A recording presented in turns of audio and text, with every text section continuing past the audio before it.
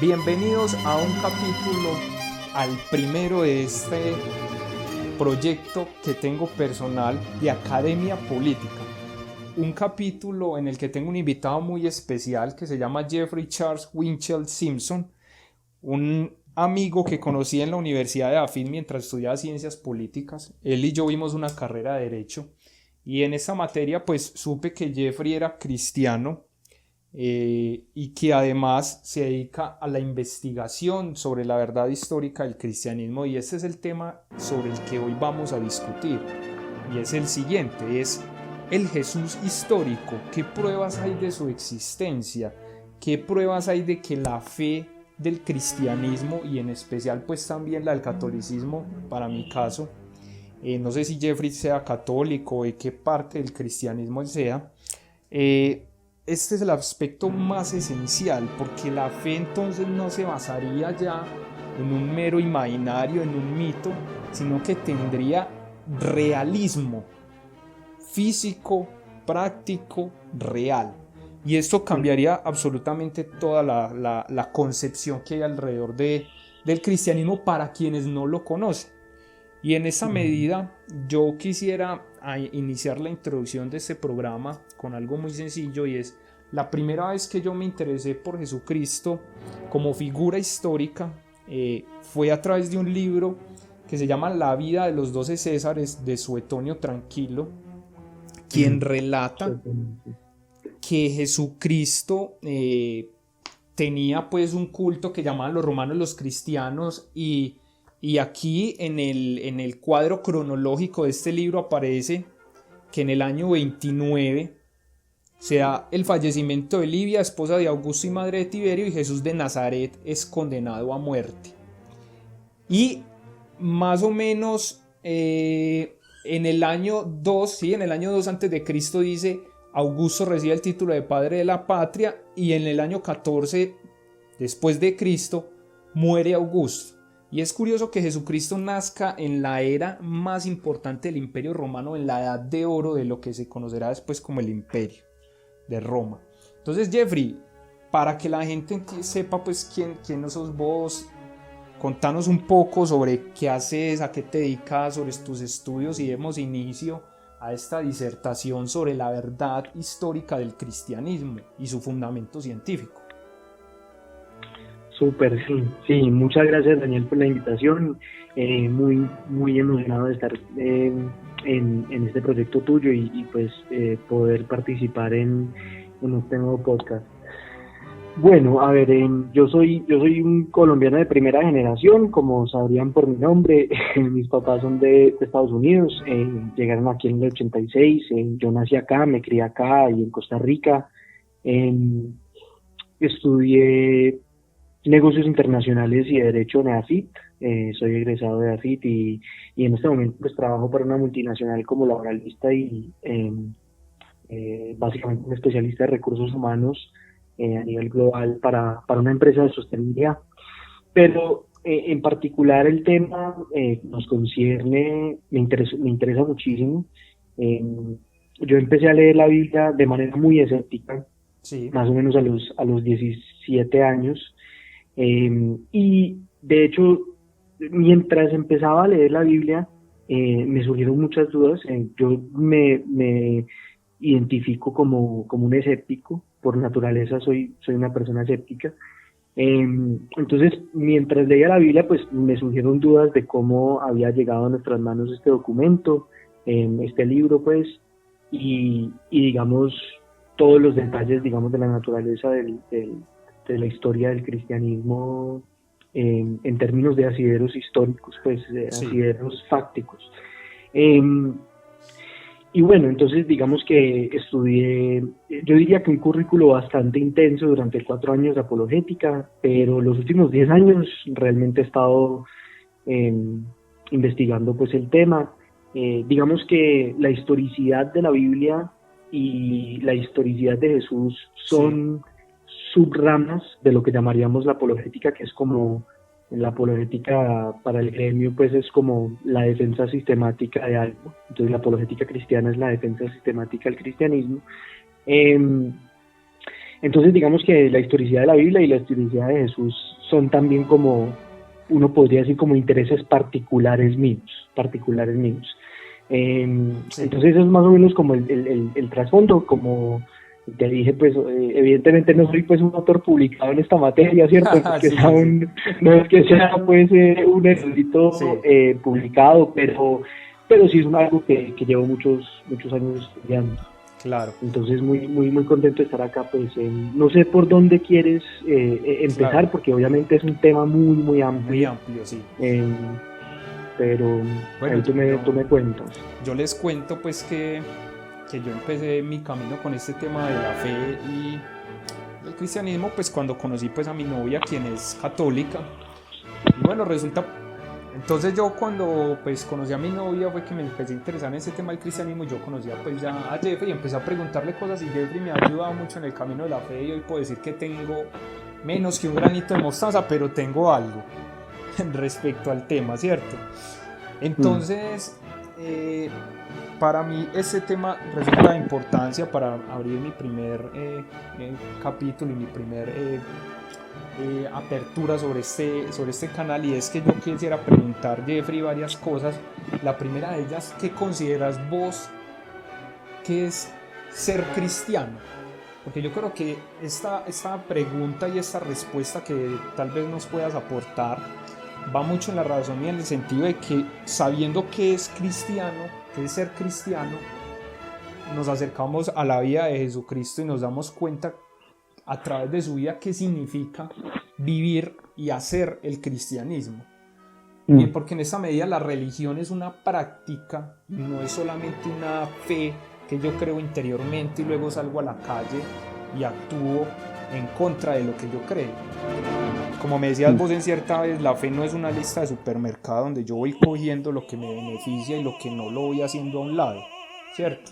Es algo que se debe asumir cabalmente. Contanos, ¿qué es ser cristiano, Jeffrey?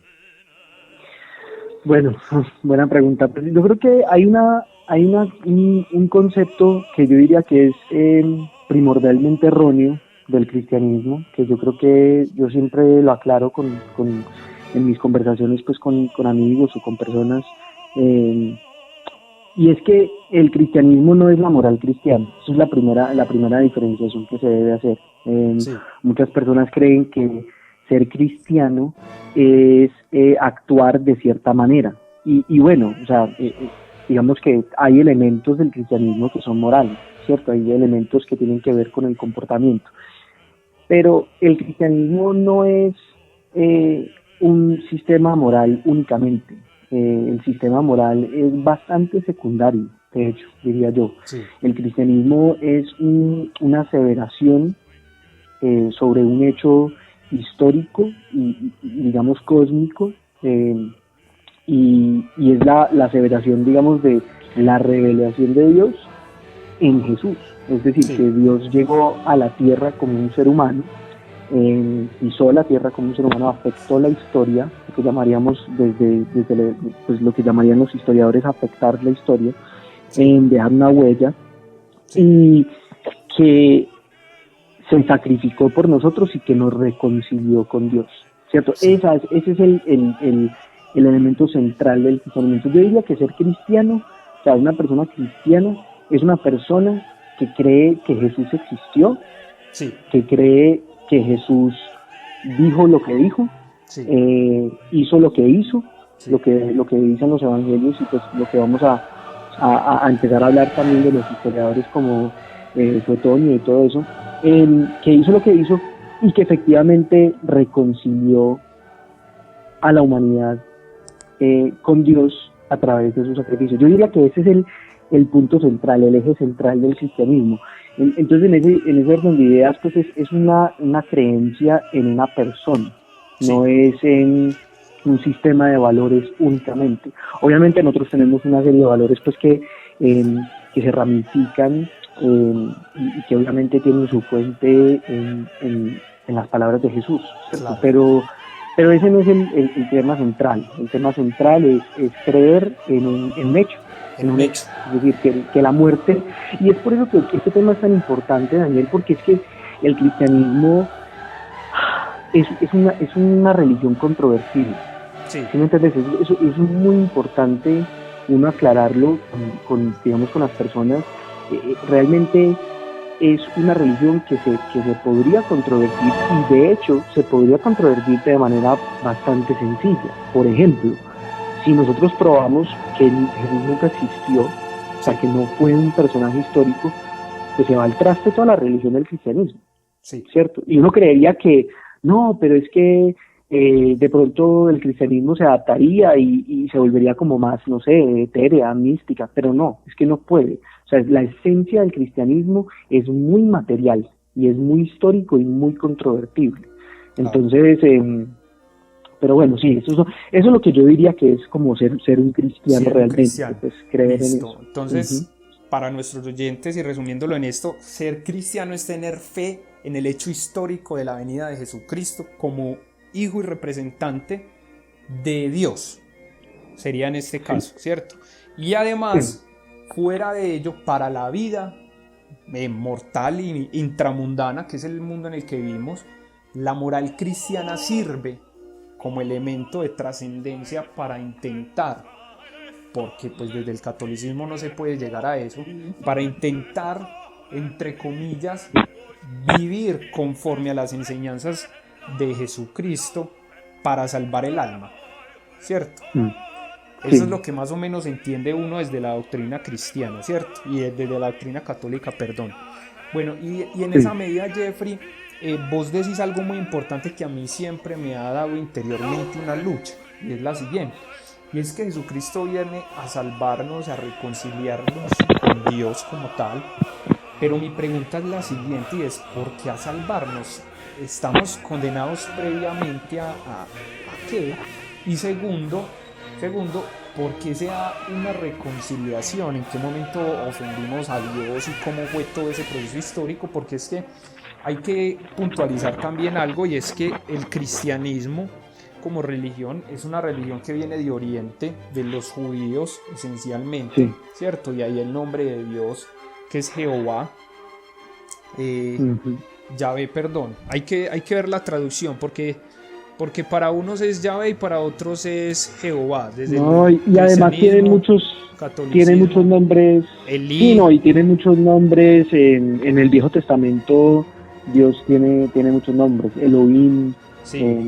O sea, hay muchos diferentes nombres. Entonces, ¿a qué se refiere ese tema de salvación? ¿A qué se refiere ese tema de reconciliación?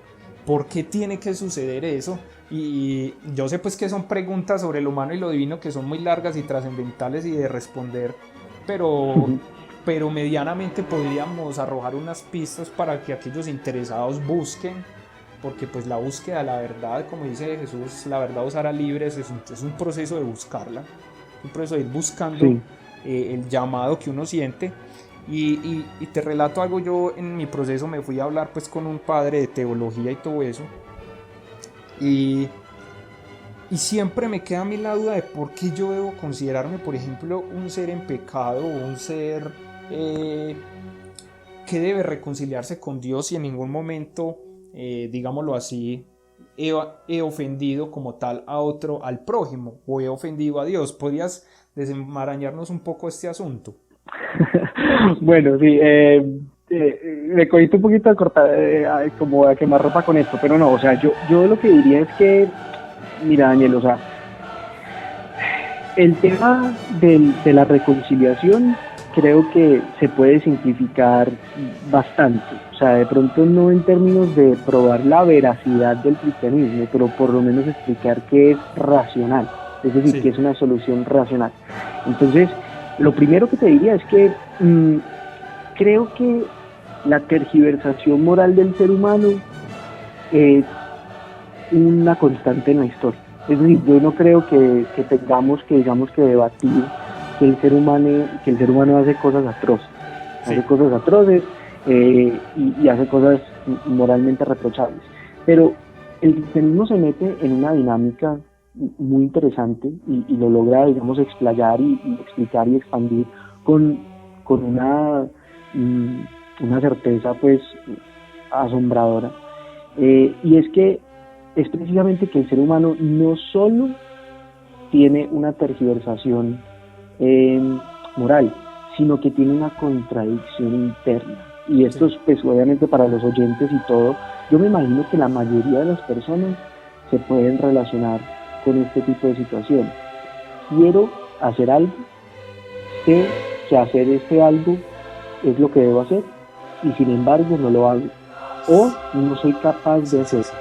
Eso denota, digamos, una lucha interna, una contradicción. Entonces, para eso hay explicaciones evolutivas psicológicas, aunque, bueno, la psicología evolutiva, digamos, está bastante criticada pues en este momento, pero digamos que hay teorías y el cristianismo propone una explicación teológica. Y la explicación teológica es la siguiente, es que primero tienes esa contradicción porque tienes una firma, un sello de tu creador que te dio esa moralidad. Entonces, al estar en contra de esa moralidad que te dio tu creador, se genera este tipo de contradicción, ¿cierto? Se genera esta tensión interna de querer hacer algo y no poder hacerlo, o de saber que algo es lo correcto, lo indicado, y no poder hacerlo, ¿cierto? Sí. Entonces yo diría que lo de la caída y el pecado y la reconciliación, a ver, son una explicación teológica de una realidad muy aparente que vemos. La realidad aparente es que nos tenemos que perdonar para hacer sociedad. La realidad aparente es que nos hacemos cosas atroces. Sí. Nos lastimamos, nos insultamos, nos matamos, nos violamos, ¿cierto? O sea, es una cosa, la maldad humana es un hecho bastante obvio. Y esta es la explicación. La explicación es, hombre, pues estamos en este estado de tergiversación moral, estamos en este estado precisamente porque estamos alejados de Dios, ¿cierto? Esa es la proposición del cristianismo. ¿Y cuál es la solución? Ojo, la solución no es portarse bien, eso es muy importante. La solución del cristianismo, el cristianismo no dice, hombre, el problema es que nos estamos portando mal, entonces ¿cuál es la solución? Portémonos bien. No, eso no lo dice el cristianismo en ninguna parte. El cristianismo dice, el problema es tan grande que alguien debe pagar el castigo. Y ese alguien termina siendo el Hijo de Dios, ¿cierto? Ajá. O sea, alguien paga el castigo porque alguien debe pagar el precio, digamos, de haber ofendido a Dios. Entonces, eso es importante como tomarlo así como base. Creo que para entender, digamos, el problema del pecado, lo que llamamos el problema del pecado y todo ese asunto. No sé si esto responde a la pregunta, pero esa sería como mi aproximación a tratar de simplificar eso, es que es básicamente una explicación teológica de una realidad aparente en el mundo. Claro. No, y otra cosa, Jeffrey, que me parece muy importante agregar ahí, y es que cuando el hombre come del fruto del Edén, sobresalta un valor del cual todos nosotros somos víctimas, y es el de la soberbia, ¿cierto?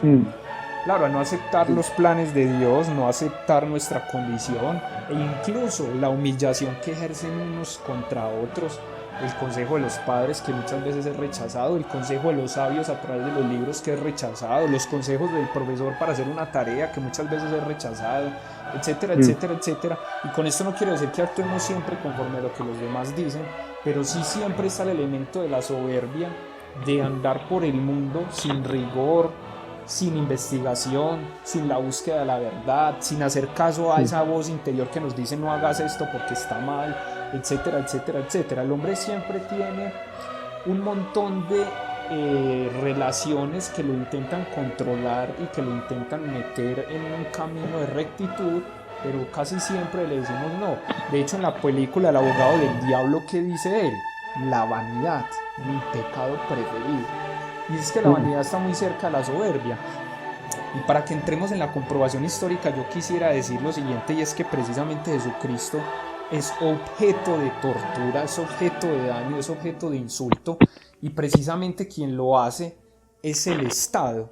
Y el Estado romano como tal, pues para esa época no se decía Estado, digámoslo pues en términos modernos, Estado romano, lo castiga, lo mata, lo tortura, etcétera, incluso sin un proceso de justicia, porque es que no hay un delito claro realmente cometido por él, y esto de hecho Poncio Pilatos pues lo relata, pero aún así el Sanedrín judío está en contra de él y decide pues eliminarlo. Y recordemos que precisamente en la Biblia la figura del Leviatán, se dice, es la figura del padre de los soberbios. Y precisamente en el Estado encontramos en muchas ocasiones a la peor clase de seres humanos en muchos sentidos, en especial cuando más poder tienen. Y obviamente es de aclarar que allí hay gente buena y hay gente que hace su labor social y hay gente que hace su labor política con respeto y con entrega a lo público. Pero la naturaleza del Estado es, en resumidas cuentas, como se dice en la Biblia a través del Leviatán, la naturaleza de un aparato violento, y que como vemos en la figura de Jesucristo se cumple, que no lo mata un criminal, sino que lo mata la legalidad, por así decirlo, y la legitimidad de un Estado, ¿cierto? Lo cual es muy diciente, porque demuestra que incluso formalmente el mal es aceptado y concebido, ¿cierto? Y recordemos que la figura de Jesucristo también tiene mucho que ver con Sócrates, porque a Sócrates también le pasa lo mismo que a Jesús. Es obligado a suicidarse a través de la cicuta. Y bueno, supongo que en la historia hay muchos otros ejemplos. Y en esa medida, Jeffrey, para empezar a dilucidar este proceso de la verdad, yo quiero leer la parte mía preferida de la Biblia, que es el Evangelio según San Lucas, que dice así, en la parte de la pasión, dice: anuncio de la negación del arrepentimiento de Pedro. Simón, Simón, mira que Satanás ha solicitado el poder de cribaros como trigo, pero yo he rogado por ti para que tu fe no desfallezca, y tú, cuando hayas vuelto, confirma a tus hermanos.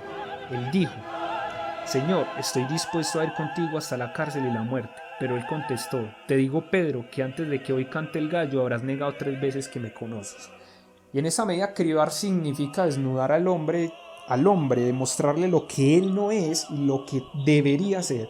Y en esa medida, Jeffrey, contanos, en toda esta parafernalia y en todas estas mentiras y en todo este tema y confusiones y dudas que tiene la gente, porque a veces la gente no sabe a dónde acudir para resolver sus dudas religiosas, contanos en resumidas cuentas y a grandes rasgos, pues porque es un tema profundo, qué hechos han demostrado la verdad de la historia de Jesús, es decir, que existió, que hizo lo que hizo y que dijo lo que dijo, qué pruebas históricas hay, qué autores, qué ha relatado, si tienen algunos principales debates. Contanos un poco sobre eso. Sí, claro. Bueno, primero yo quiero como aclarar unas cosas antes de entrar como en el tema grueso, y es que lo primero es que lo que tú dices es cierto. Hay mucha desinformación. Si tú te metes en este momento en internet y pones evidencia para la no existencia de Jesús, pues te van a salir miles de resultados, ¿cierto? Miles de resultados en internet, como cualquier cosa, ¿cierto? Como cualquier cosa que en internet cualquiera puede escribir algo. Yo puedo decir algo, a veces puedo sonar un poquito petulante con estos temas, pero es importante uno tener las fuentes certeras, es decir, uno estar hablando y citando autores que son autores publicados, que son autores reconocidos en el gremio, y cuando me refiero al gremio me refiero específicamente a 4 subcategorías. Entonces sería el gremio de los historiadores de la historia antigua, número 1, de los estudiosos, lo que llamaríamos el estudio del Nuevo Testamento. Eso suena religioso, pero hay muchos autores seculares que son eruditos del Nuevo Testamento.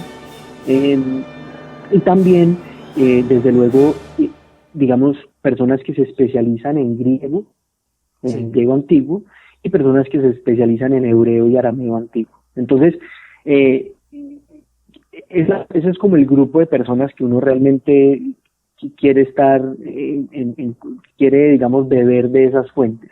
Eso es lo primero que te diría.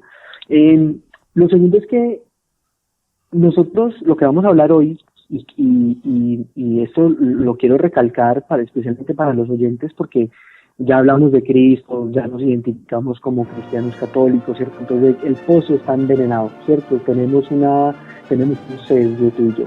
Entonces alguien podría pensar, pues, no, pues estos son dos cristianos pues hablando de Jesús, pues que obviamente van a estar de acuerdo, pero no. La idea aquí es usar el mismo rasero, y cuando digo el mismo es el mismo rasero para cualquier hecho de la historia antigua del mundo, usar exactamente las mismas pruebas para Jesús y para el cristianismo, ¿cierto?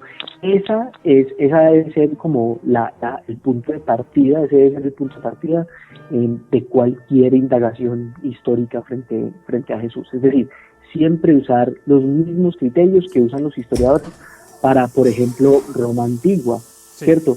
Para digamos, cualquier hecho histórico antiguo. Entonces, habiendo, digamos, dicho eso, empiezo, digamos, con el primer punto. Sí. El primer punto sería si Jesús es mito o leyenda, o si es historia, porque ahí por el internet hay cosas circulando y pues evidentemente durante mucho tiempo se han hecho falsas analogías con Cristo y Thor, Cristo y dioses egipcios, y cierto, o sea, incluso con dioses precolombinos y todo eso. Hay algo muy importante que se debe aclarar ahí, y es que eso es, digamos, una ilusión. Sí. O sea, ningún historiador de renombre secular, cristiano, judío, musulmán, ninguno está afirmando eso a nivel académico. Entonces eso es lo primero que hay que observar, que eso no es un debate académico, es un debate de los medios, un debate que está en YouTube, pero no es un debate académico. Serio. ¿Por qué?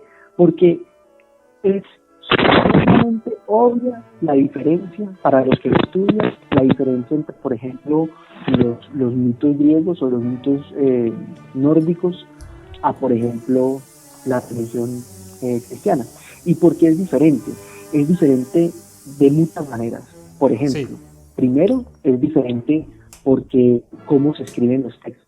Los textos tienen una naturaleza muy, muy distinta. Los textos de la Biblia, algunos han dicho, los textos, los evangelios, por ejemplo, son muy parcos, ¿sí? Es decir, son muy secos, no son muy decorados, no parecen, digamos, la mitología antigua. Lo segundo es que, desde luego, tenemos un montón de evidencia, que ahorita vamos a hablar de eso, tenemos un montón de historia, de evidencia histórica frente a la existencia de Jesús. Y no solo de su existencia, sino de otros detalles que precisamente han creído los cristianos durante 2000 años, y esos detalles, digamos, están corroborados por fuentes externas y todo eso. Entonces, esto realmente no es, o sea, que alguien diga que Jesús y Thor son lo mismo. Lo único que ha de notar es que esa persona no ha leído ni fuentes primarias de Thor ni fuentes primarias del cristianismo. Entonces es una persona que, digamos, no tiene un criterio. Entonces, esto, lo clave es hablar, digamos, de esa diferenciación entre el mito y la historia. Los mitos se crean de manera muy distinta, los mitos se crean a través de siglos de tradición oral, muchas veces. Y pues el cristianismo, casi que 20 años después de la muerte de Jesús, ya tenemos los primeros documentos al respecto. Entonces, mira que es un tema de documentos escritos y es un tema con un asidero histórico muy importante. Bueno, eso es lo primero. Entonces, Lo que yo te diría es que ese rasero que se usa, esos criterios que se usan son los criterios bastante simples. El primer criterio es lo que llamamos la prueba de historicidad bibliográfica. Ajá, Entonces, para los oyentes y para ti, eso yo lo voy a tratar de explicar de manera pues como muy resumida. Pero básicamente la prueba de historicidad bibliográfica lo que dice es lo siguiente. Dice, bueno, ¿cómo sabemos o cómo podemos aseverar la historicidad de un evento en la historia antigua específicamente? Bueno, lo hacemos de tres maneras. Primero, buscamos contradicciones internas del texto. Sí.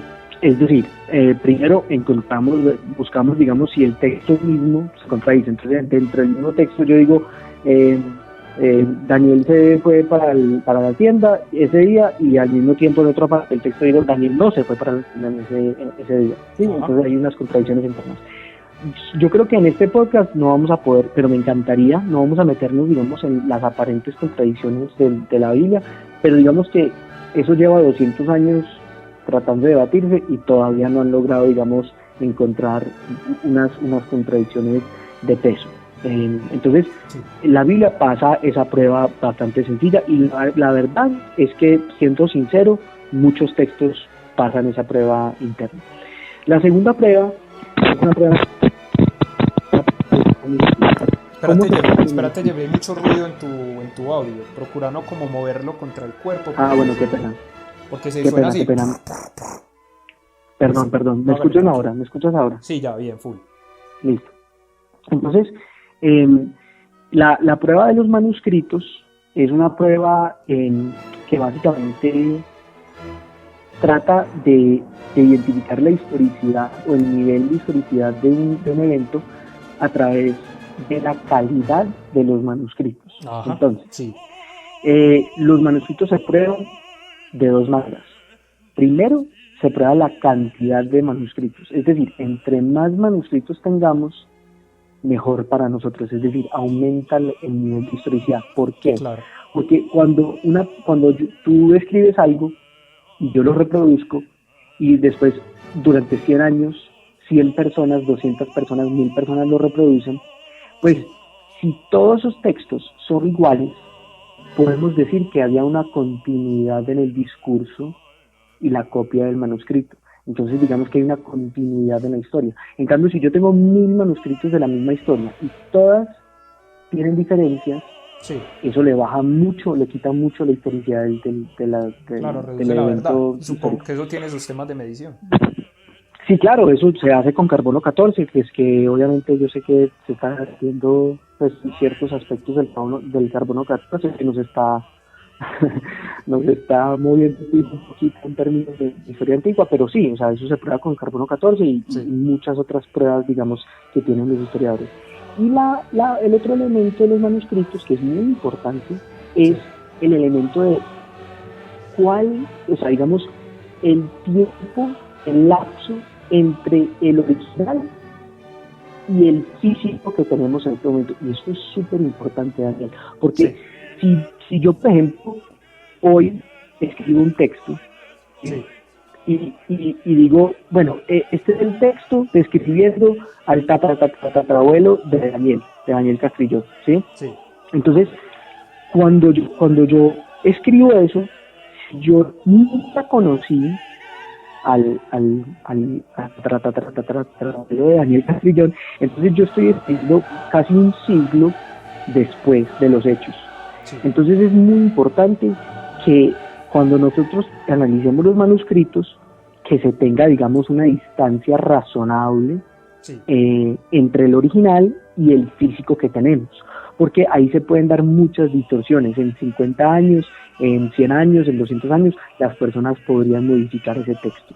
¿Sí me entiendes? Entonces, esa es la otra prueba. Y la última prueba, que es bastante sencilla, es la prueba externa. Es decir, que no solo importa la cantidad de manuscritos, la distancia entre los manuscritos físicos y el original, el supuesto original, y las pruebas internas, sino que también importa mucho qué está diciendo el mundo en ese momento sobre ese hecho. Eso es importantísimo. Entonces, hallazgos arqueológicos y hallazgos documentales. Tú hablaste de eso, Tony, Sí. que él es una parte documental muy importante para la existencia de Jesús. Entonces, son confirmaciones externas. Es decir, si tú y yo, en este momento, escribimos un libro sobre la presidencia de Jeffrey Winchell en Colombia en el 2020, lo más seguro es que dentro de 200 años, cuando alguien investigue el libro, esa biografía de Jeffrey, presidente de Colombia, se den cuenta que es falso. ¿Por qué? Porque van a leer las noticias, van a leer los otros libros publicados y van a tener una prueba documental abrumadora que de hecho en el 2020 Duque fue el presidente de Colombia.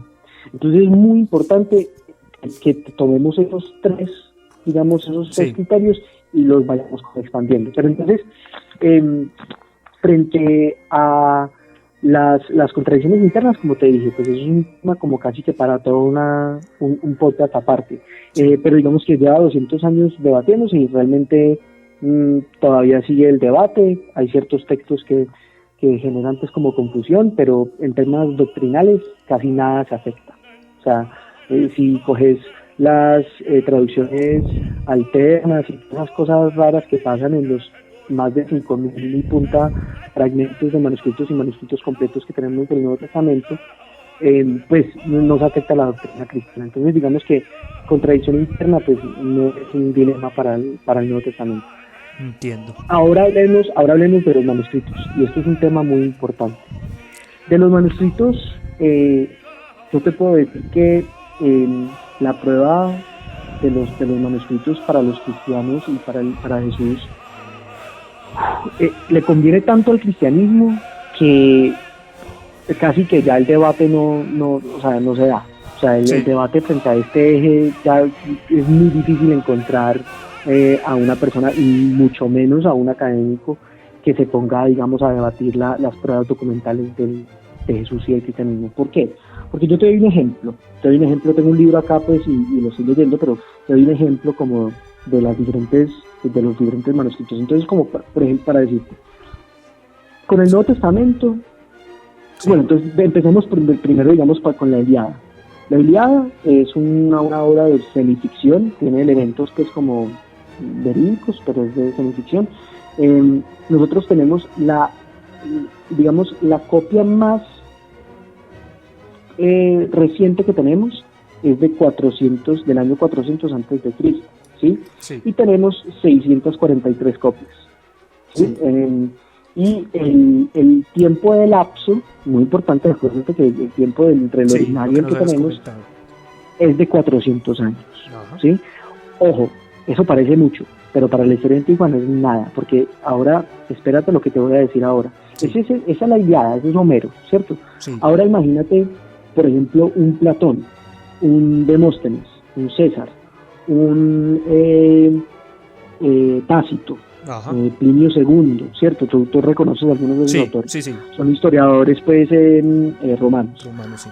Ahora, imagínate, por ejemplo, Demóstenes. Sí.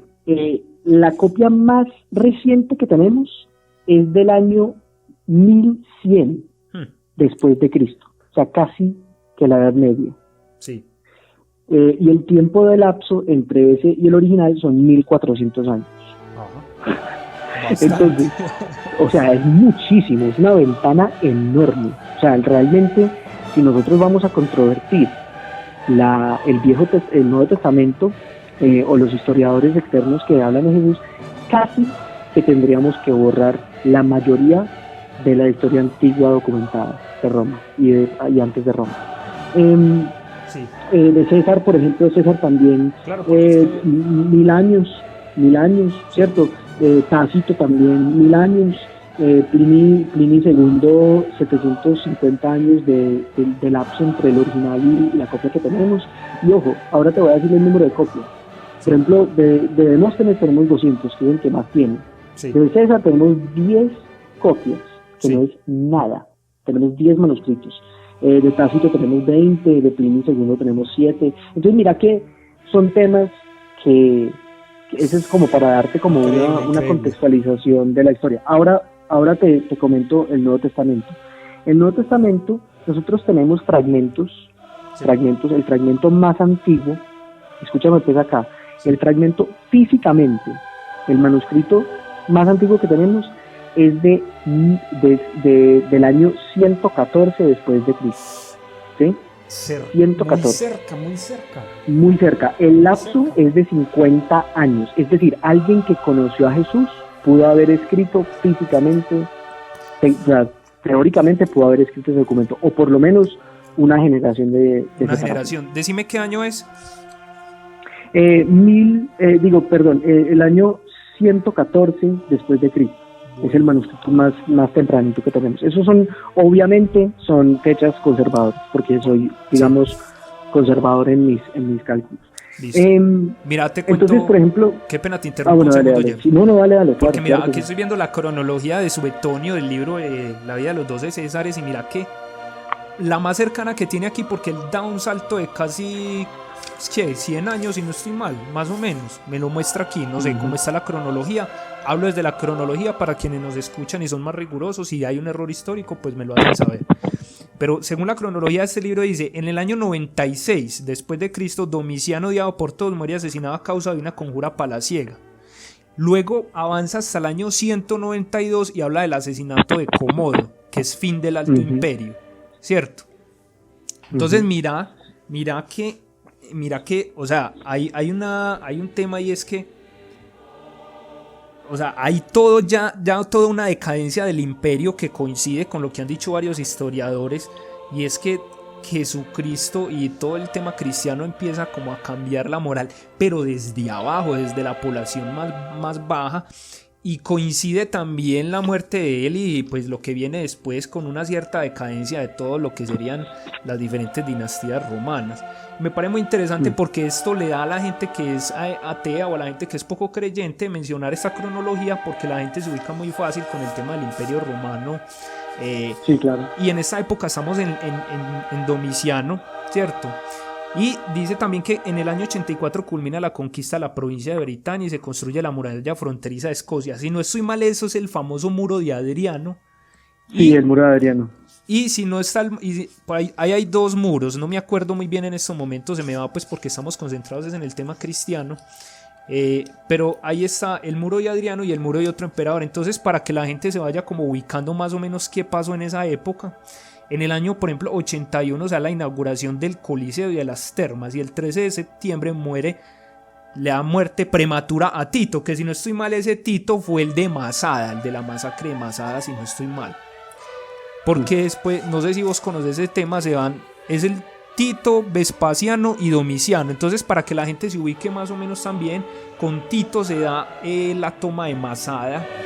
Y obviamente recordemos que en esta época ya obviamente todo el Imperio Romano tenía mucha incidencia en el Oriente. Bueno, Jeffrey, continuemos, hermano.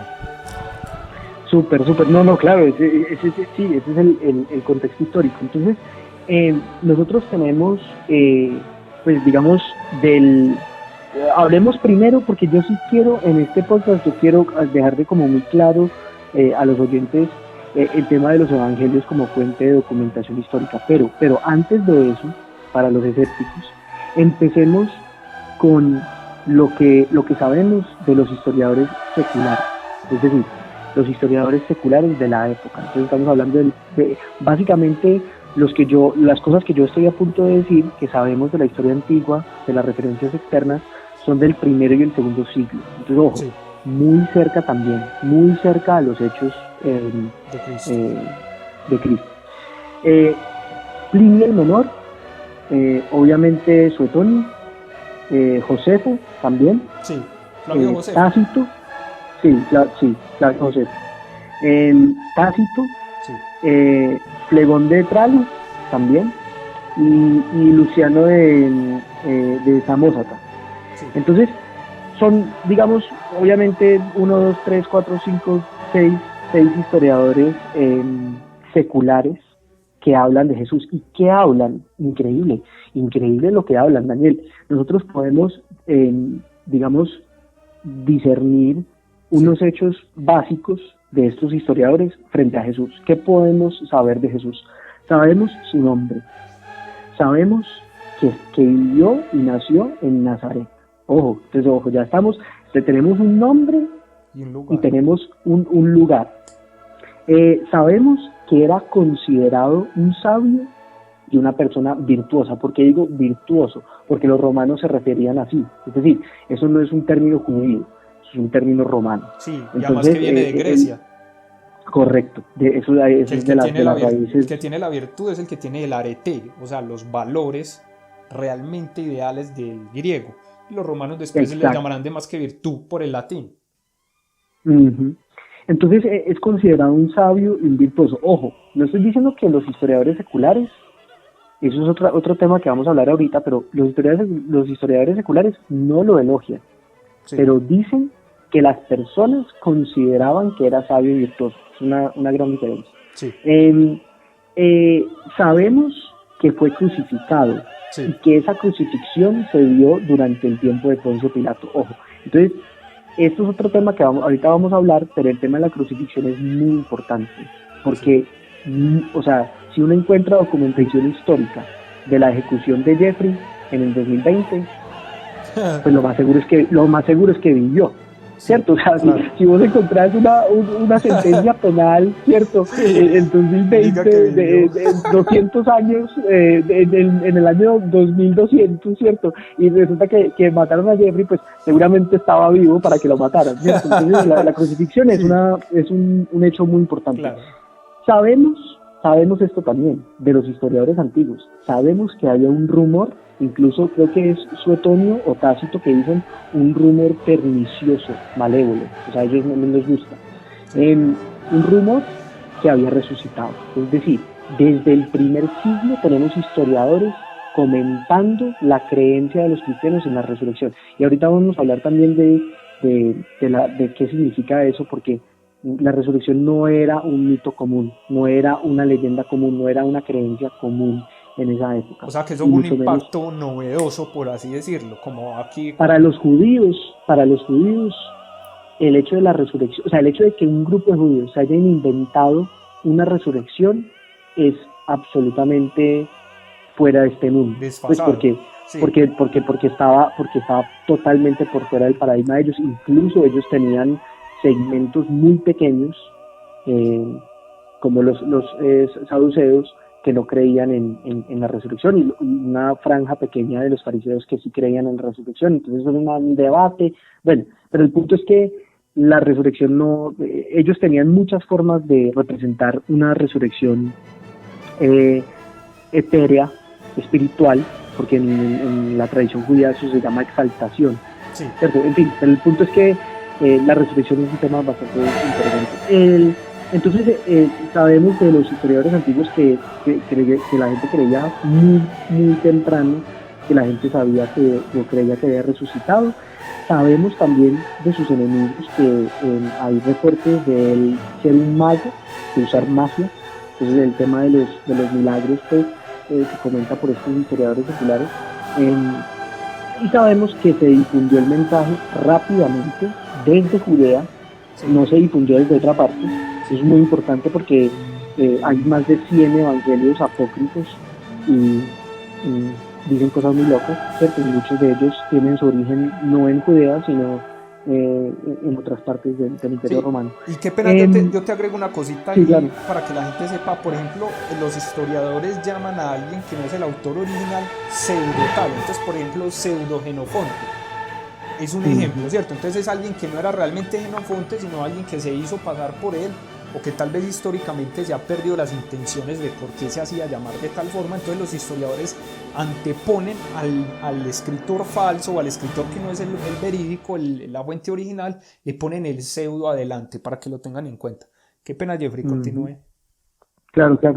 No, muy buena punto. Y por último, sabemos que de los historiadores antiguos, sabemos que no eran politeístas, eran monoteístas. Eso es importante porque explícame recalca eso. O sea que por ejemplo Suetonio, o sea, mejor dicho, estos historiadores no eran parte del politeísmo romano o del politeísmo No me refería a eso, me refería a que ellos identifican a los cristianos, sí, como monoteístas. Ah, ya.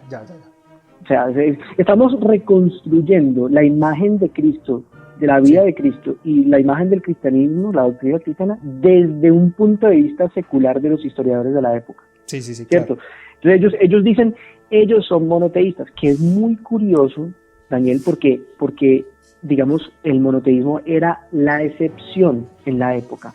Entonces eso Sí, lo que nos da eso nos da una trazabilidad ¿a qué? A la única religión monoteísta dominante de la época, que era Judaísmo. la religión judía, exacto. Entonces, así es como más o menos también vamos reconstruyendo esa línea de relación entre los judíos y los cristianos.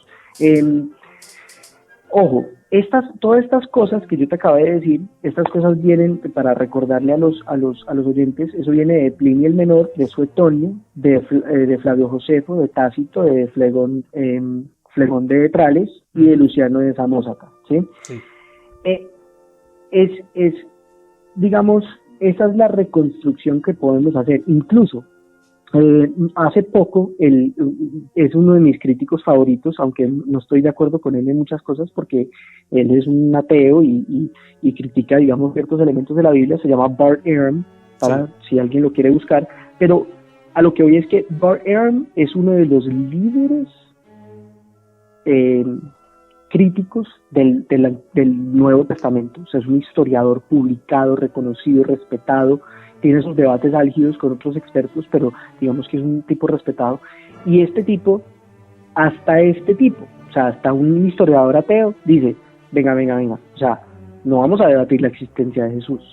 Pues eso no, o sea, es decir, ya eso es un hecho que está bastante arraigado, digamos, en la documentación histórica, en la arqueología, etcétera. Entonces, mira que realmente lo que le quiero comunicar a los oyentes y a ti es que solo de los autores seculares podríamos reconstruir la identidad básica, neurálgica, y la existencia, ubicación, nombre y hasta elementos del carácter y de la historia de la vida de Jesús. Entonces, eso es algo que digamos que para empezar debemos como reconocer esa historia secular que reconoce al Jesús histórico, ¿cierto? Ajá, sí.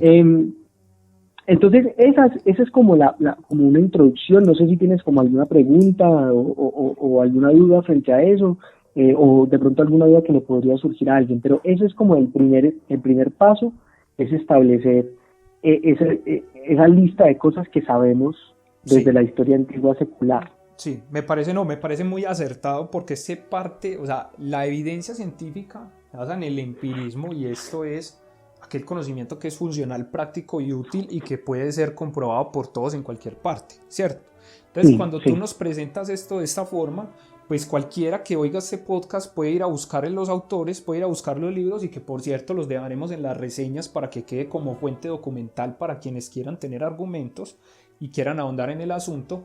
Entonces, claro, la primera base de la ciencia es demuestre, ¿cierto? Y ya está demostrado con lo que nos has dicho y con lo que toda esta gente ha venido trabajando a lo largo de su vida y a lo largo de la historia, y lo vamos a tener disponible pues en la reseña para que lo investiguen. Entonces, me parece esencial, porque es que entonces ya el tema no es solamente un asunto es que yo creo, sino que esa creencia parte de un hecho fundamental, ¿cierto? Y es el hecho fundamental de la existencia de Jesucristo, ¿cierto? Y así podemos verlo en diferentes cosas en la vida. Pero la gente, por ejemplo, se va a poner, por ejemplo, la vacuna contra el coronavirus. La gente cree que eso la va a aliviar, pero ojo, que esa creencia está basada en pruebas científicas de que efectivamente esa vacuna funciona. Y eso convierte la realidad en una verdad tan rígida y dura como lo puede ser el acero mejor forjado, ¿cierto? Porque entonces demuestra que hay un asidero real y que no es un asunto de la mera imaginación, y que no es un asunto de los meros sentidos, porque en esta época de la posverdad, en esta época de que mis emociones son verdad y mis sentimientos son verdad porque solamente yo lo siento, tenemos que la comprobación científica se hace esencial, más en una época en la que la ciencia es rechazada. Y me parece espectacular que esto venga por parte del cristianismo, porque además da una contraposición, y es que el cristianismo no va en contra de la ciencia ni en contra de la razón, sino que realmente, o sea, está interesado es en la verdad, en que el verbo se haga carne, por así decirlo, ¿cierto? Entonces me parece excelente.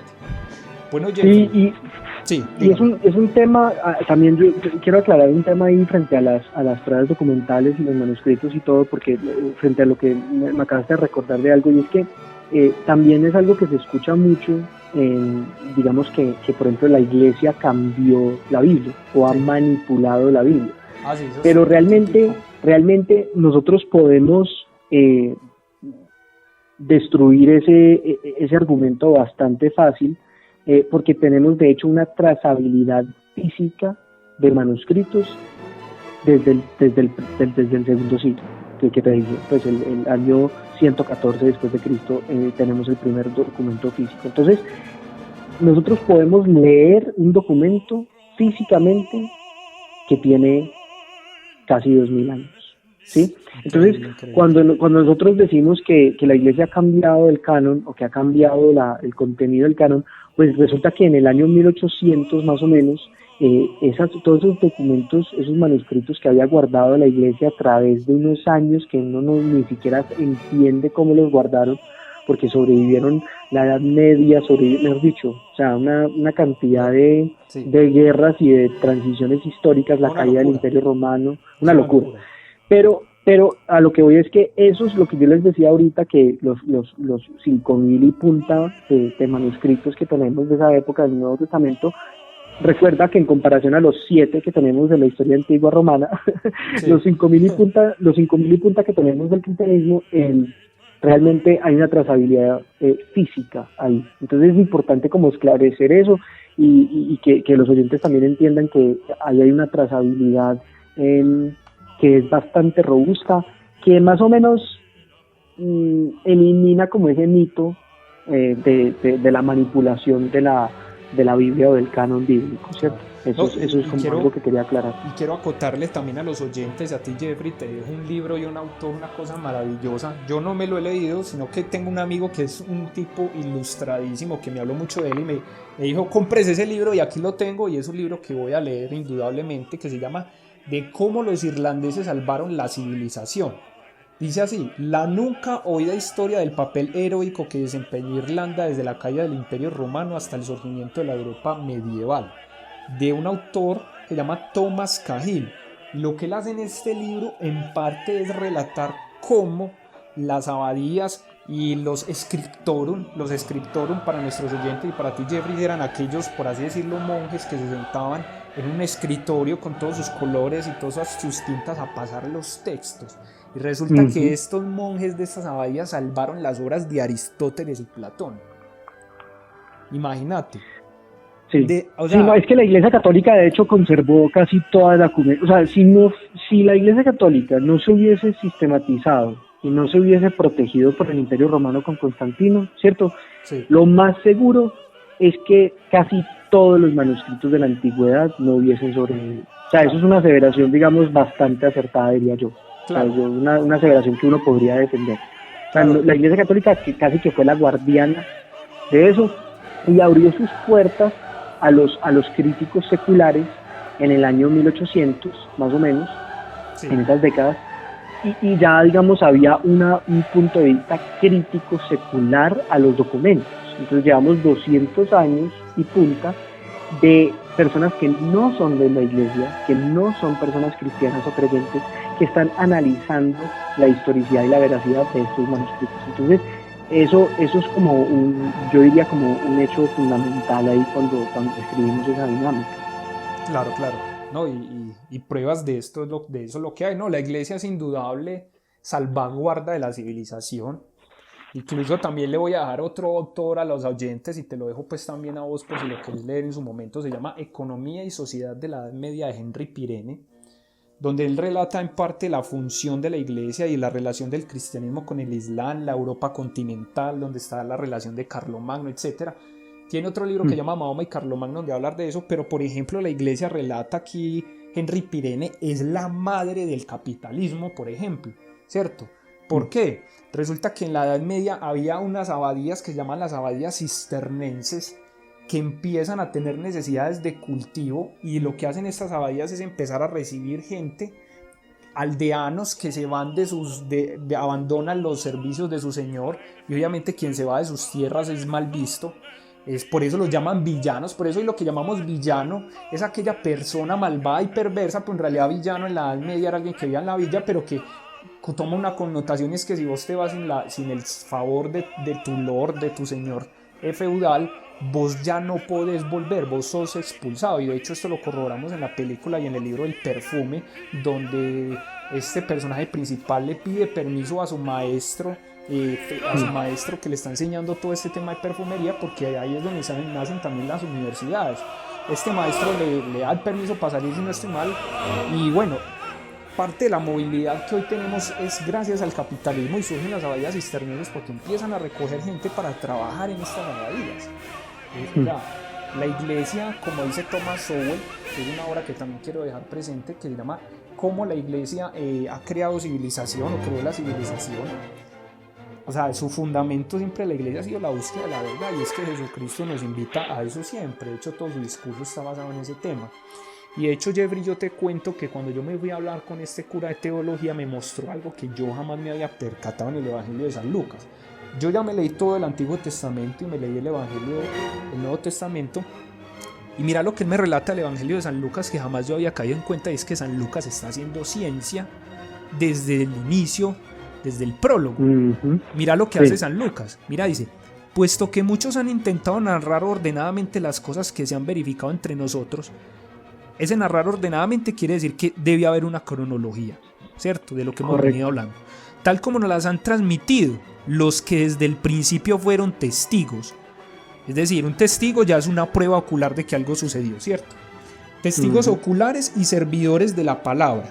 He decidido yo también, después de haber investigado diligentemente todo desde los orígenes, es decir, desde el principio de todos estos relatos y narraciones por testigos oculares, ¿cierto?, escribírtelo por su orden, ilustre Teófilo, para que conozcas la solidez de las enseñanzas que has recibido.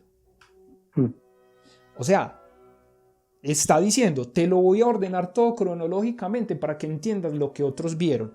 Y según me cuenta pues el padre, si no estoy mal y me recuerdo bien de sus palabras, este ilustre Teófilo es aquel que ha sido llamado por Dios, o es aquel que está buscando a Dios. Por eso lo llama Teófilo, ¿cierto? Sí, pero también es un nombre común griego. Sí. También es un nombre común griego. O sea, esas son las cosas que también bueno, esto también nos es interesante que nos menciones a Lucas. De hecho, podemos empezar de una vez entonces de los evangelios, porque Lucas particularmente es un evangelio que tiene unos detalles desconcertantes. O sea, tiene unos detalles que incluso han generado problemas para los historiadores cristianos y que después se han corroborado por la arqueología y por fuentes externas, ¿cierto? Entonces, digamos que nos hemos ido salvando con Lucas, por así decirlo, los cristianos, porque Lucas comenta un montón de detalles en su evangelio. Es lo que llamamos un evangelio sinóptico, un evangelio que se parece más a un documento histórico que a un relato o a una literatura, ¿cierto? Entonces él identifica, por ejemplo, el emperador, identifica los gobernantes, describe las monedas, ¿cierto? Describe las monedas, y las monedas también que después encontraron, que sí tenían la descripción que él les dio. O sea, hay un montón de detalles que comenta Lucas, que es medio un esvale, ¿cierto? Para nosotros, los que deseamos que esto sea cierto, pero es un esvale porque, digamos, es algo que realmente es difícil probarlo, ¿cierto? Pero se han ido probando todos esos detalles, y Lucas en este momento es un evangelio, digamos, muy corroborado por la arqueología. Pero para empezar con el tema de los evangelios, yo simplemente quiero decir esto, y es que yo creo que ningún historiador respetado hoy y publicado, porque yo sé que suena súper pedante decir publicado, pero es que hay que decirlo, ¿no? Porque es que cualquier persona puede escribir una cosa en internet, pues, y tener una página en internet, ¿cierto? Pero realmente aquí, como dije al principio, o sea, aquí la idea es como tratar con gente que sean expertos en el tema. Ningún historiador en este momento, con dos dedos de frente, no tomaría los 4 evangelios como una fuente. Es decir, los 4 evangelios son una fuente histórica, y son una fuente histórica precisamente por sus factores, es decir, por sus características. Como te dije, son parcos, involucran lo que llaman los historiadores, involucran elementos, digamos, anticulturales o contraculturales. Sí. Por ejemplo, la presencia y el protagonismo de muchas mujeres en los evangelios es un problemón para los historiadores seculares, porque ellos bien entienden que realmente en esa época las mujeres no se mencionaban y no hacían mucha parte de la historia, sino algunas menciones. Claro. Entonces el protagonismo de ellas en los evangelios es una cosa muy importante y desconcertante para los historiadores, ¿cierto? Porque no tiene precedente. Y una vez te digo, Jeffrey, el cristianismo es, o sea, liberador de la mujer. Pues Dios se pone a observar, pues muchos dicen, que es que la iglesia es machista, que es que, bueno, un montón de cosas. Pero si vos ves quién es la adoración en el mundo, weón, de la religión en cristiana, y quién es la madre a la que siempre acuden, y es de hecho en los latinos donde se ve eso más que todo con mucha fuerza, y es María. Y en los mexicanos se me fue el nombre. De la Virgen de Guadalupe. La Virgen de Guadalupe. Sí. Entonces, mira que tiene una trascendencia muy importante, y es de hecho pues la figura de la concepción de Cristo a través de lo que pasó con María. O sea, de hecho, si usted observa, el padre físico toma un papel menos importante que el que tiene María. Entonces, y vos claro. ves que, por ejemplo, en la escena con María Magdalena, con el tema pues de su prostitución y de tirar la primera piedra y todo eso, y de defender a una mujer públicamente de la lapidación y todo, es una cosa increíble. Es una cosa increíble, y hoy en día nuestra sociedad, que se jacta de la tolerancia, vemos como muchas mujeres son maltratadas, humilladas, vilipendiadas por sus intereses sexuales, económicos, etcétera, etcétera.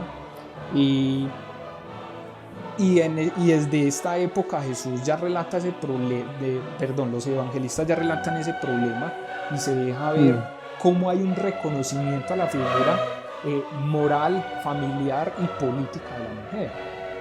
Sí, claro, incluso y las mujeres, digamos, los evangelios aclaran esto mucho, pero también los historiadores romanos de los primeros siglos y los historiadores seculares y también religiosos, porque hay unos historiadores que también eran judíos, o greco-judíos o judíos romanos, ¿cierto? Como Flavio Josefo, sí. Que son personas que tienen una inclinación religiosa, pero no hacia el cristianismo, entonces diríamos que son objetivos, por así decirlo. Sí. Pero también hablan de la participación de las mujeres en la comunidad de los cristianos, y por ejemplo, el martirio de las mujeres en los coliseos romanos. Entonces hay como todo, digamos, una documentación frente a eso. Pero el punto aquí, a lo que quería llegar, Daniel, es que, digamos, los evangelios, además de tener lo que ya habíamos dicho, ¿cierto? Pasan muchas pruebas externas, pasan las pruebas internas, pasan las pruebas documentales. Entonces la pregunta es, ¿por qué no las tomaríamos como fuente? Y muchas veces la respuesta, obviamente, de los historiadores no, porque ellos sabrían de la contradicción que te estoy a punto de decir, pero la mayoría de la gente dice, pero es que no se pueden tomar como fuente primaria porque son personas que creían en Jesús, ¿cierto? Son personas que tenían, digamos, un sesgo, ¿cierto? Sí. Pero si ese es el criterio para analizar las pruebas documentales de la historia antigua, casi que no podríamos aceptar ninguna, porque todos los que escriben de un emperador, de un gobernador, de una guerra, de un político, de un religioso, de un líder de una religión, cualquier texto casi siempre se escribe por los partidarios de esa persona. O sea, nosotros la historia antigua que tenemos, y tú lo sabes porque tú has estudiado Roma, o sea, ¿cuántos textos romanos tenemos que no se escribieron con la aprobación del Imperio Romano? Pues sí me entendés, o sea, son muy pocos, o sea, muy pocos. Sí, casi que entonces, los que se hayan exiliado, se hayan salvado por medio de un seudónimo. Exacto, básicamente, y por ejemplo, yo me acuerdo que yo una vez leí algo de las guerras que están como registradas, las guerras romanas, y pues uno dice, hombre, pues prueba arqueológica no hay, y la única prueba histórica que ganaron esta guerra es que ellos dijeron que la ganaron. Eso es como, pues ¿me entiendes? Es una cosa pues que uno dice, uno se pone a pensar también, se pone a repensar la historia antigua que uno le enseñaron en el colegio y todo eso. Pero a lo que voy es que hay también los hallazgos arqueológicos pues que han revolcado la historia antigua, por ejemplo los monolitos que tienen 10.000 años, sí. El hecho de Hammurabi que cambió por completo el paradigma de lo que pensábamos del desarrollo del lenguaje, sí. ¿Cierto? Entonces muchas cosas pues que se van descubriendo, pero ese criterio de ellos de tener un sesgo, realmente no es, o sea, es un argumento emocional, es un argumento muy persuasivo, muchas personas lo utilizan, es muy persuasivo, pero no es un argumento de la academia, a eso voy. O sea, la mayoría de los historiadores del mundo tomarían como fuente los 4 evangelios, pero obviamente ellos de pronto no todos estarían de acuerdo con los segmentos veraces, con los segmentos históricos, ¿cierto? Porque los evangelios son largos, pues, y son complejos, sí. Y detallan un montón de lugares, un montón de eventos, y entonces, pero digamos que ninguno descartaría así, digamos, generalmente a los 4 evangelios. Entonces también tenemos que decir que los 4 evangelios son fuentes primarias muy importantes y muy recientes, ya que nos dan algunos detalles de la vida de Jesús.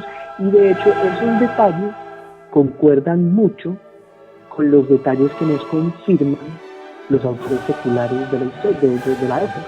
Entonces, por ejemplo, digamos que, no sé si te acuerdas, pues, en el Evangelio que básicamente ponen unos guardas en la tumba, sí. ¿Cierto? Unos guardas en la tumba. Bueno, entonces, resulta que hubo una época en la que se debatió mucho el entierro de Jesús. ¿Por qué? Porque 20 años antes de la muerte de Jesús, o incluso 30 años antes, cuando él apenas estaba naciendo, pues se dio como un revolcón, sí. En Judea contra el Imperio Romano, y pues los castigaron de manera muy severa, mataron a muchos judíos los romanos como para suprimir la rebelión, y pues no había plata, ni tiempo, ni espacio para enterrar, como se ve en la tradición judía. Pero después se descubrió que de hecho Jesús murió en una época de mucha tranquilidad, digamos, en comparación, y mucha paz en Judea, es decir, en comparación a la época anterior. Entonces efectivamente se encontraron más tumbas y se verificó que estaban enterrando personas. Segundo, tenemos por ejemplo algo que llaman un descubrimiento arqueológico que es muy interesante, que se llama el decreto nazareno, que es un decreto muy curioso del gobernador de Judea en esa época, que más o menos en el año 55, algo así, entre 55 y 85 después de Cristo, un gobernador romano dice que si alguien lo cogen, sí, perturbando una tumba, es pena de muerte. Y es muy curioso porque es como, wow, los romanos no eran tan severos con sus castigos, especialmente para ese tipo de pues como por ejemplo robar una tumba, sí. Habían castigos menos severos. Entonces la pregunta siempre del decreto nazareno es, hombre, ¿esto qué? Digamos que ¿qué nos dice este decreto? Sí. Sabiendo el contexto de todos los autores seculares y todos los evangelios, ¿qué nos dice este decreto? Pues nos dice que, si lo leemos el contexto, nos dice que obviamente había un problemón en la época después de Jesús, sí, con las tumbas. O sea, había, porque muchas personas obviamente querían, mucho saqueo, y mucha gente quería pues repetir, digamos, la resurrección de Jesús y reproducirlo, bueno, muchas cosas. Entonces, en ese orden de ideas, digamos, hay unas pruebas documentales. Y a lo que voy es que todo este tema de los evangelios, o sea, los evangelios se van corroborando más y más con las fuentes externas y con las fuentes y con la arqueología. Sí. Entonces, por ejemplo, también encontraron la crucifixión estuvo en tela de juicio hace un tiempo, hace unas décadas, y pues también unos descubrimientos arqueológicos que encontraron, por ejemplo, víctimas de crucifixión. Entonces sí, ya nosotros sabemos que efectivamente sí se crucificaba a la gente, sí, y efectivamente era como lo describieron. ¿En dónde? No por Suetonio, sino en el Evangelio. Entonces mira que esas son las cosas que van como corroborando los documentos, claro, históricos, y entre ellos pues los Evangelios. Sí. Oíste, Jeffrey, yo tengo una pregunta. Entonces uno hoy puede ir a visitar la tumba de Jesús y el lugar donde fue crucificado y puede saber con claridad que allí ocurrió el acontecimiento. ¿Son sitios hoy verdaderos? O sea, ¿tienen que ver con lo que pasó? Sí, es curioso. Yo le recomiendo a cualquier persona que está escuchando esto y que también pues lee la Biblia, aunque yo recomiendo mucho leer la Biblia de manera escéptica. Pues yo creo que la Biblia es algo que la gente debería leer, si no por creencia, por cultura. Pero cuando una persona que esté escuchando esto esté leyendo su Biblia y se dé una referencia a un lugar físico, pues búsquenlo, ¿cierto? Es un buen ejercicio, sí. Pero sí, yo diría que sí. Es decir, cuando nosotros en los evangelios encontramos, pues obviamente son demasiados ejemplos como para dártelos todos, pero por ejemplo, no sé, en estos días en las lecturas de la Iglesia Católica salió una historia, pues la historia de Jesús, que él va a la sinagoga y lee el texto y se enojan con él porque él los torea muchísimo a los judíos en la sinagoga y lo quieren matar. Entonces lo sacan de la ciudad y lo van a tirar por un precipicio. Y esto es en Nazaret, y ese es el monte precipicio. Es un lugar real. A 2 kilómetros de Nazaret hay una caída tremenda, un precipicio tremendo, y es el monte del precipicio. Entonces ese es un lugar físico. Pero hay muchos otros lugares. Frente a la tumba de Jesús, no estoy seguro que se haya encontrado, digamos, una prueba arqueológica al respecto, aunque unos hallazgos arqueológicos muy importantes fueron unas tumbas que se encontraron en el primer siglo, unas tumbas cristianas, con unas inscripciones cristianas. Entonces, sí tenemos tumbas, no tenemos la tumba de Jesús, no tenemos el cadáver de Jesús, y algunos dirían, yo creo que eso también es un punto interesante para los que están escuchando, y es que como a Daniel y yo comentamos antes, el cristianismo es una religión controvertida, y eso nos pone en una situación muy delicada como cristianos, porque por ejemplo, si algún día se descubre la tumba y el cadáver de Jesús, empaque y vámonos, ¿ya? Se acabó la religión. Sí. O sea, no hay nada más que... Toda la religión cristiana está basada en la resurrección de Cristo. Sí, entonces, y alguno podría decir, hombre, pues ¿cómo es posible que vamos a encontrar una tumba y poder identificar un cadáver hace 2000 años? ¿Cómo? Pues si hay personas que afectaron la historia muchísimo menos que Jesús, y sabemos exactamente dónde están enterrados y tenemos sus restos. Claro. De sus restos. Entonces, y las momias son un ejemplo claro, pues, de que un cadáver puede durar milenios. Y entonces, si tienes a miles de personas que adoran a una persona, si esa persona se muere, pues, o sea, lo van a enterrar y van a enmarcar su tumba y le van a poner, digamos, todas las decoraciones posibles. Es decir, eso es algo que se da en la historia y en esa época también. Es decir, nosotros tenemos tumbas de personajes, incluso en el primer y segundo siglo. Entonces, claro, eso, nosotros no tenemos pues un cadáver en una tumba de Jesús. Tenemos el manto de Turín que, bueno, está muy debatido. Yo diría que el manto de Turín es un misterio más que una evidencia. Sí. Pero, Ese es con el que supuestamente el sudario en el que lo envuelven y todo eso. Sí, lo que pasa es que el manto de Turín es un problema. Carbono 14 sí. Analizan el manto de Turín y pues no da, ¿cierto? No da para la época de Jesús. Habiendo dicho eso, o sea, eso es, obviamente ya uno diría, pues hay que tirar a la basura el manto de Turín. Pero en realidad lo perplejo del manto de Turín es que tiene una imagen impresa y hace poco, de hecho, se reunieron como 12 científicos en el estado de Washington, del noroeste de Estados Unidos, y pues analizaron los datos una vez más del manto de Turín, aunque se ha hecho a lo largo de las décadas, muchos científicos lo han analizado, y resulta que el último hallazgo del manto de Turín fue que la imagen se creó a través de una radiación, y la imagen está, digamos, entonces si tú te imaginas una tela, sí, ¿cierto? Esa tela está compuesta de fibras, y esas fibras de fibril. Entonces si lo ves en un microscopio, cada fibra tiene también centenares de fibriles. ¿Sí me entiendes? Esa imagen está, digamos, impresa en el manto en un grosor de 1 o 2 fibriles. Entonces, es una impresión muy, muy, muy delgada. Y se hizo a través de radiación. Y de hecho, nosotros hoy en día no tenemos la tecnología para reproducir esa imagen. O sea, no podemos irradiar un manto y crear eso. No tenemos la tecnología para hacerlo. Entonces, ese es el verdadero misterio del manto de Turín. No es tanto su fecha, sí, sino como los elementos, digamos, más específicos de su naturaleza, ¿cierto? O sea, sí, como de, pues, cómo es que tenemos un manto con evidencia de radiación, de isótopos, y pues sí, no conocemos todavía ese isótopo, o sea, no conocemos todavía cómo se hizo eso. Entonces, pues, son como evidentes, pero más allá de eso, yo diría que sí hay mucha prueba arqueológica, como te decía, el decreto nazareno, muchas ubicaciones, claro.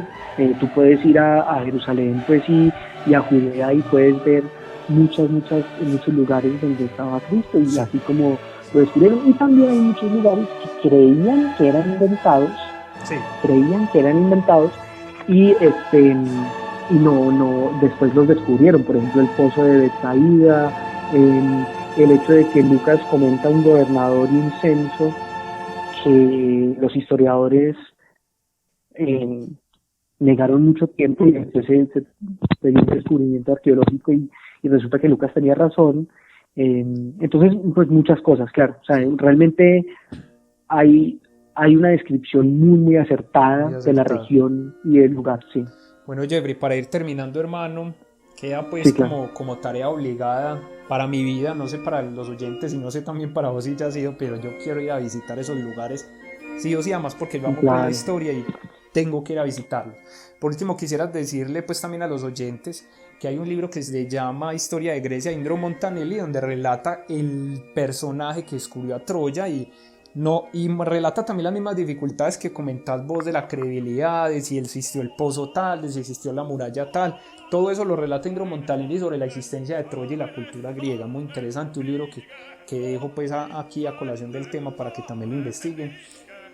Jeffrey, muchas gracias, hermano, por la participación. Esto también me ha cambiado pues como interiormente, porque me da muchas pruebas y me deja mucha felicidad pues saber como que todas estas cosas pueden ser comprobables y estudiables, ¿cierto? Que le acercan a una verdad científica sobre el asunto, y más me incentiva la curiosidad por estudiarlo.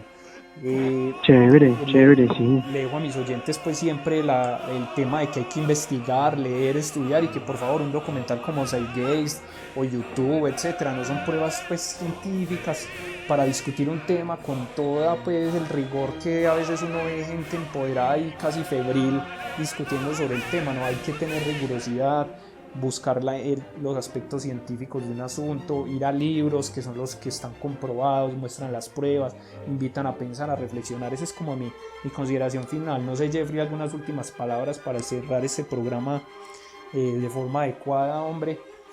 Contanos qué recomendás a los oyentes, qué pensás, contanos.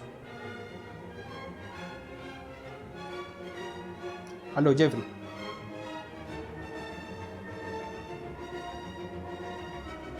Jeffrey, entonces ya para terminar, contanos alguna reflexión que tengas para nuestros oyentes y para el programa.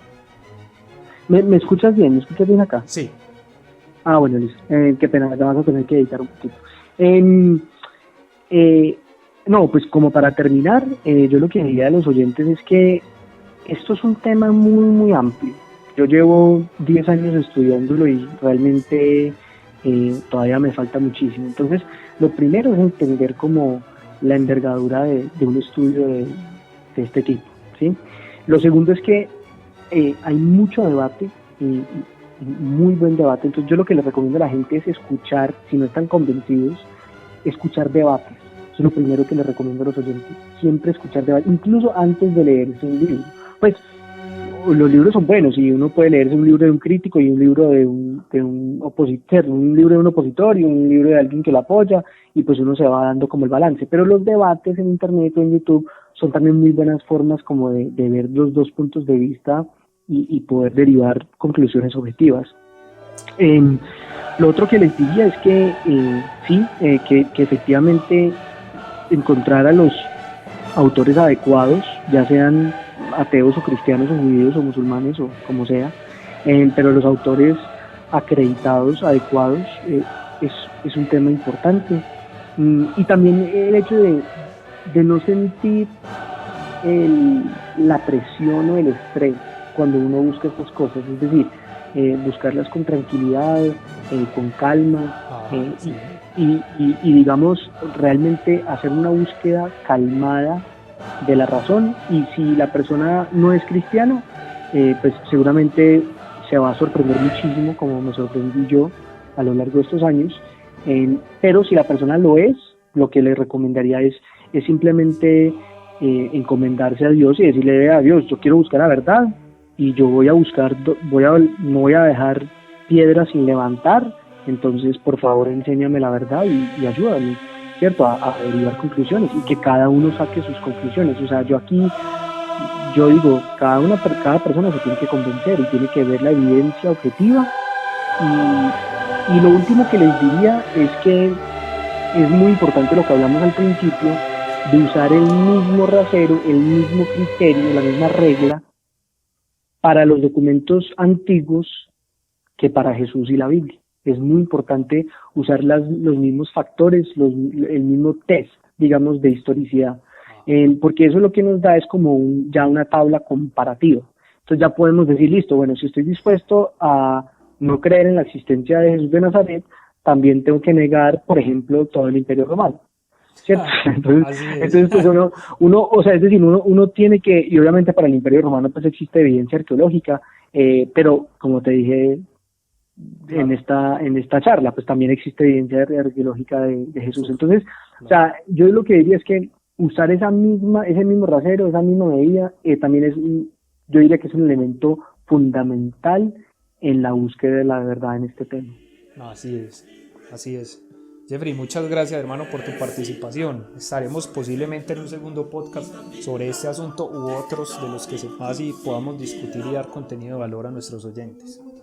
Sí, claro, bacano, y a medida que la gente vaya comentando, me imagino que van a salir más temas o incluso se van a controvertir cosas que vimos acá, entonces también podemos pues como tener otro encuentro. Muchísimas gracias. Muchas gracias, hermano, que estés muy bien. Igualmente, que estés muy bien, hasta luego.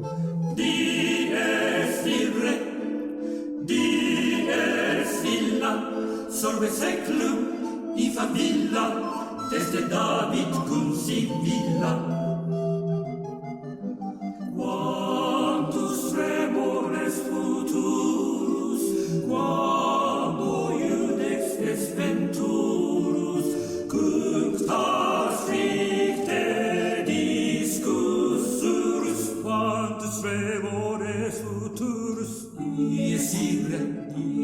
illa quantus tremores futurus dies illa quantus tremores futurus quando iudex est venturus cunctas frite discussurus cunctas frite discussurus cunctas frite discussurus